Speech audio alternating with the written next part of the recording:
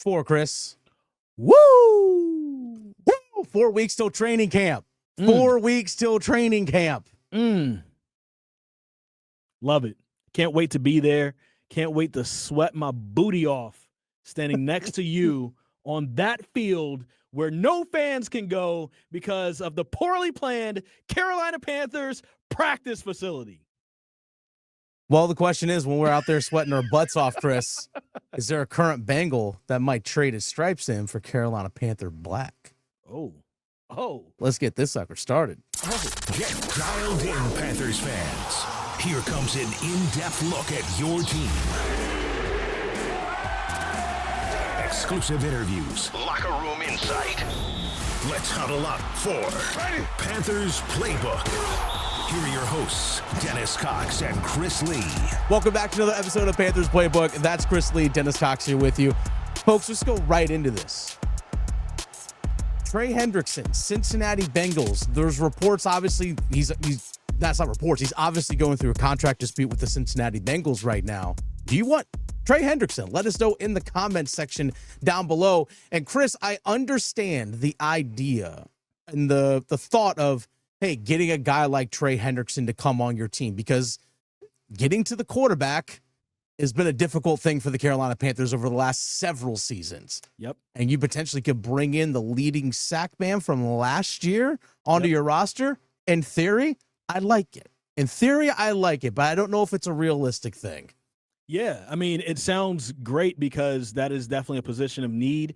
The Panthers definitely addressed it in free agency and in the draft, so you're going to have some new faces there going after the quarterback, and those players are not proven in a Carolina Panthers uniform. So you really don't know. And Patrick Jones, good piece, but, can we really count on him to do what Trey Hendrickson did for the Bengals? Yeah.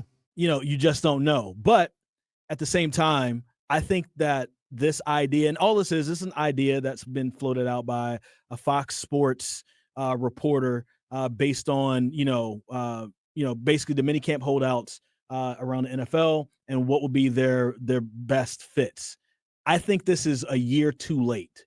And I don't think that the Carolina Panthers would be interested in Trey Hendrickson based off of the money that he's going to want to get. Now, stay with me just for a little bit. If this happened last year after you had, he was still with the Bengals, of course, last year and had a great year last year. But if this were a thing last year after you had traded Brian Burns, there's an obvious hole there, and you need something there. And let's say you didn't get Jadeveon Clowney or something or somebody else, then okay.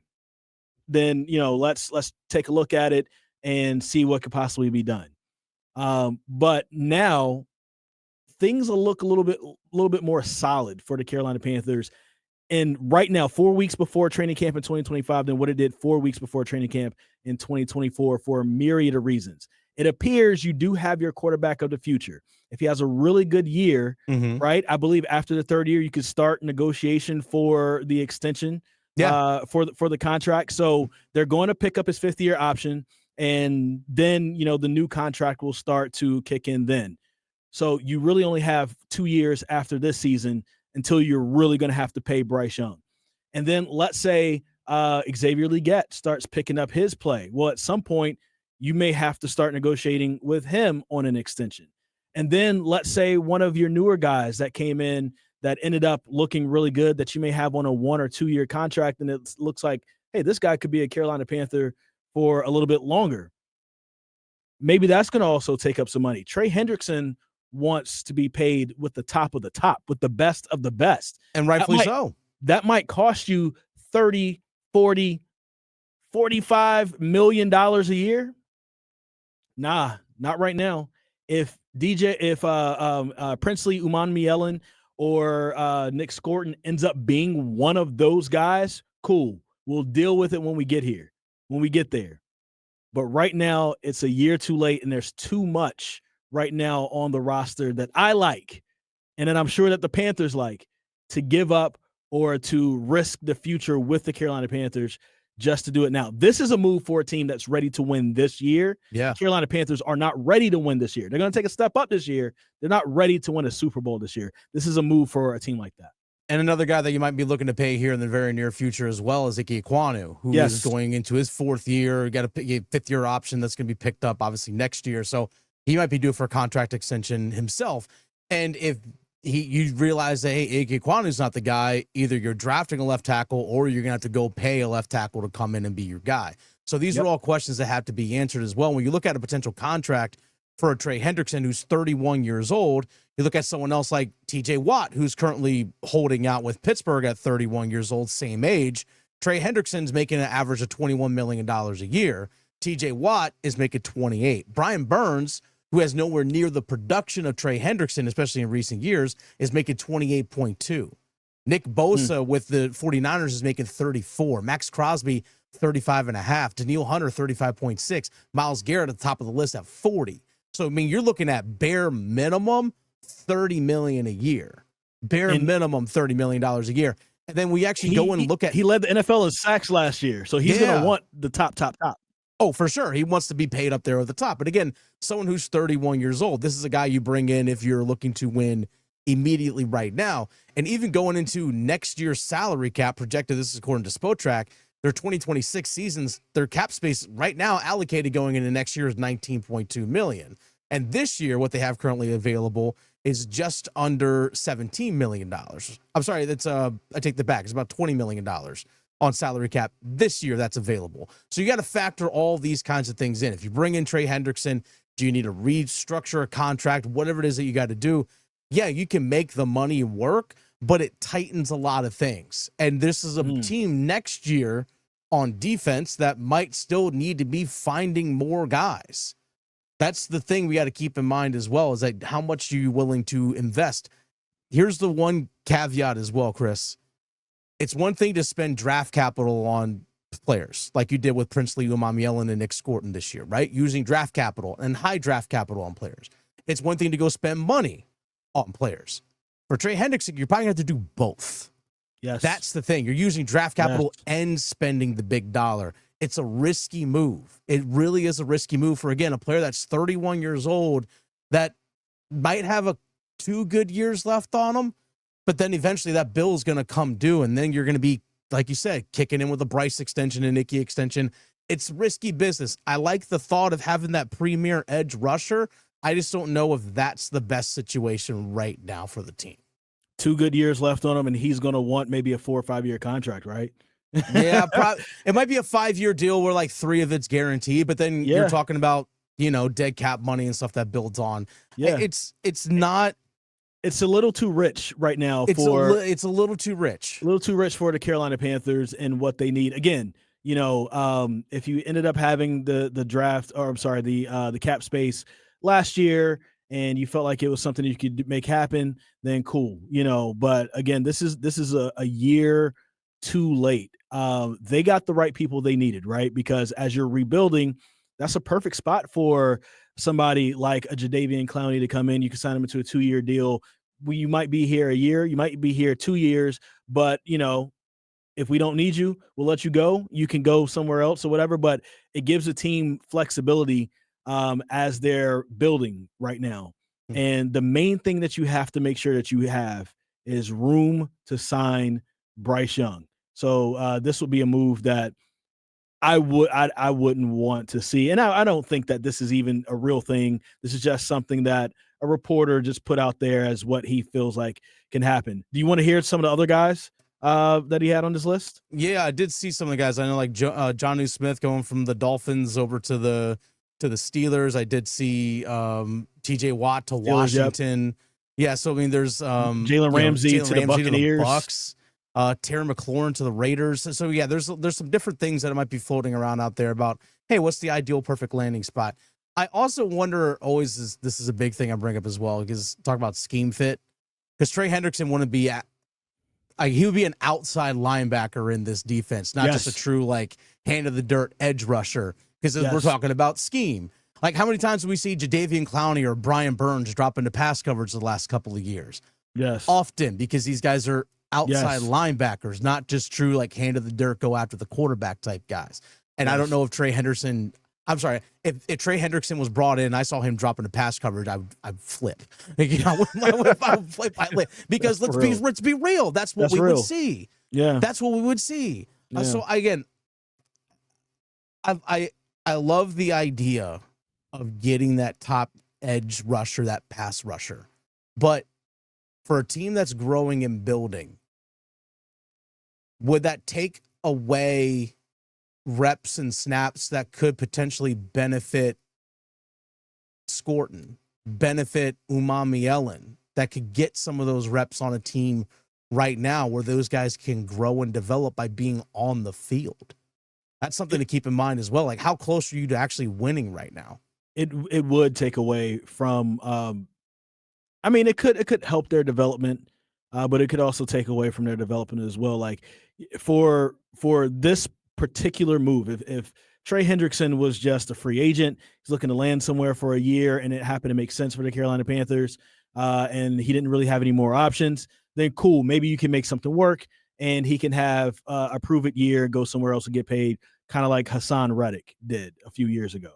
But that's not the case. He's, again, 31. He's looking for a long-term deal and to really get paid. So, and if you do have a guy like that in the building, maybe it does help, Umamielen or Scorton, with their development, but that's better under a 1-year deal because you can come in, they can learn from you for 1 year, then you're gone. They've gotten that imparted upon them, and then they can take it themselves for the future.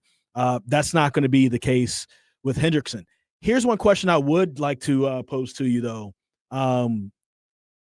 Not any particular player, but if there was a big-time person out there who's like, hey, I'm not happy with my team, I would like a trade and somebody who would pay me, what position would you want that from? I'm not putting any names out there, but if there is the biggest person from whatever position out there saying, hey, I need something else, what position would you want that from for the Carolina Panthers? I mean, honestly, it would be edge rusher, though. That's the thing. I would say corner. I would say, well, yeah, corner. I could see that. I would say corner.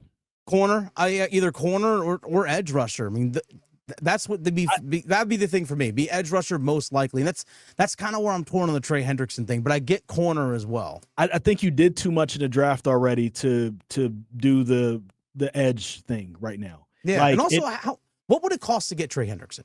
Like realistically, like what would you have to give up to trade for him? Second and a third. Probably like a couple of day 2 picks or a day 2 pick, and second and a fourth. I mean, maybe a player, like let's say like you sent Patrick Jones, like DJ Wanham, something like that. Yeah, like and a second and a fourth, or just whatever over there for him. And right now, as you're rebuilding, again, this is better for a team that is closer, like the Rams. Let's say the Rams don't mind sending high draft picks to bring players in, because they're there. They have a shot. They could have a good year and end up being in the Super Bowl next year. The Panthers just aren't there yet, and I don't know how this benefits them right now. But I would say like you did so much already at edge rusher that the only type of person you need to look at is if you have injuries to that group of people, and then you start getting into the season and you're trying to look who's out there, who's available that we can start trying out to get better. You remember last year when we were at training camp and there were some early injuries. Of course, DJ Wanham, that's when we found out that more than likely he wasn't going to be able to start the season. And we see that cart pull up and you have, Ngakoue and who was it? The Marquise Haynes and all these other guys that were trying out at that time. That will be more so the move for the Carolina Panthers for me when it comes to edge rusher. Those guys who just aren't signed, who are looking to get a good year. Yeah. A Trey Hendrickson, I'm talking about, for my question, top of the top, who could possibly like really make a future in Carolina. They just want to get somewhere and get paid. It'll have to me, if you have another corner, somebody who could be a number 2 corner next to JC. Yeah. That's no disrespect to Michael Jackson at all. Yeah. I mean, Michael Jackson also signed like a short contract anyway. Yeah. And here's the thing, even if you brought in a top corner and J.C. Horner's your quote-unquote number 2 guy, I'm fine with that too. Yeah. I ain't got no problem Hell of a with number that. 2. Yeah, the hell of a number 2. Hell of a number 2. Beef with that. No problem with that. But it is a fascinating thing to think about, like where this organization is right now. And I think the way this team has been building, way Dan Morgan, Dave Canales, Brant Tillis have been building this team over the last couple of off seasons. A move like Trey Hendrickson would be kind of out of character for what they've been doing. Yes. About developing and building guys from within. Yes. Really generating a lot of draft capital. And now it took trading away Brian Burns to build some of that draft capital, trading and moving up and down in the draft and so forth. But guess what? That's what they've done. Like they traded away Jonathan Mingo to get a 4th round pick and some of those other kinds of things. Like that's what this team has been doing. And again, I think it would cost you, I would say probably at least a 2nd and a 4th next year. I'm like, are you willing to give up a premium pick and a 2nd and a 4th I mean, also here's the thing as well. If you're going to trade for Trey Hendrickson, you're going to have to work out a contract extension before you even make that trade. Right. Because why would you make that trade if you're not going to have him other than just this season? Because then if you just lose him after this year, then why did you trade those picks? Exactly. Then there'd be a complete and total waste. So I don't know if that's the mode this team is in. Like we saw, for example, the Washington Commanders trade some picks away for this upcoming season because, we realized, we got to the NFC Championship game. Let's strike while the iron's hot with a young quarterback and everything like that. On a rookie deal and everything. Yep. Exactly. Like, hey, let's give up a pick to go get Deebo Samuel and some of these other guys. Hey, last year during the season, let's give up 2025 picks to go get Marcus Lattimore and like those kinds of things. They're in a different position because they recognize we can win right now. I don't think this team is in position to do that. No, I think there's still a young core that they got to continue to build up. There's not enough conflict between us right now. So there is. Dennis, your face is stupid. Let's argue. Hot take. Hey, you know what? Just because you can't grow a beard, Chris, man, doesn't mean you got to take me down. Just because you can't grow facial hair, you might be a couple months older than me, but I got a more manly beard than you, my boy. Yeah, how long did that take you? 6 weeks? No, this is a week and a half of hard work right now. And guess what? What?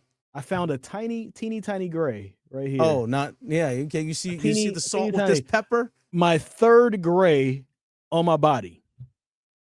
You see the salt with this pepper? I can't even count that high. Push it good. Get up on this. Get up on these comments, people. Let us know your thoughts on Trey Hendrickson. Nice. Get up on these comments. Almost said something else. But again, leave your thoughts in the comments section. Hey, Chris, one thing we're going to have to do. We're talking about position. Kids watch this, Dennis. Kids watch this, okay? Hey, if Wu-Tang's for the kids, so are we. Chris, I actually did a preliminary look at who could make the 53-man roster based off players that are on the team right now. And I trimmed it down to 49 guys so far that I feel like can make the roster, which to me leaves about 4 roster spots open. Now, there's a couple of spots and names I wrote down that could still be in flux, but we're going to have to discuss this next week. Like, what are the true position battles? As we're going to be, again, it's 4 weeks away from the time we post this till training camp. So we talk about this next week. We're talking 3 weeks. 3 weeks till camp. Give me some time to think about it. I'm excited to do that with you next week. Yeah, let's have some fun, folks. Make sure you subscribe. That way you don't miss a darn thing. Stay cool out there, folks. Y'all be good.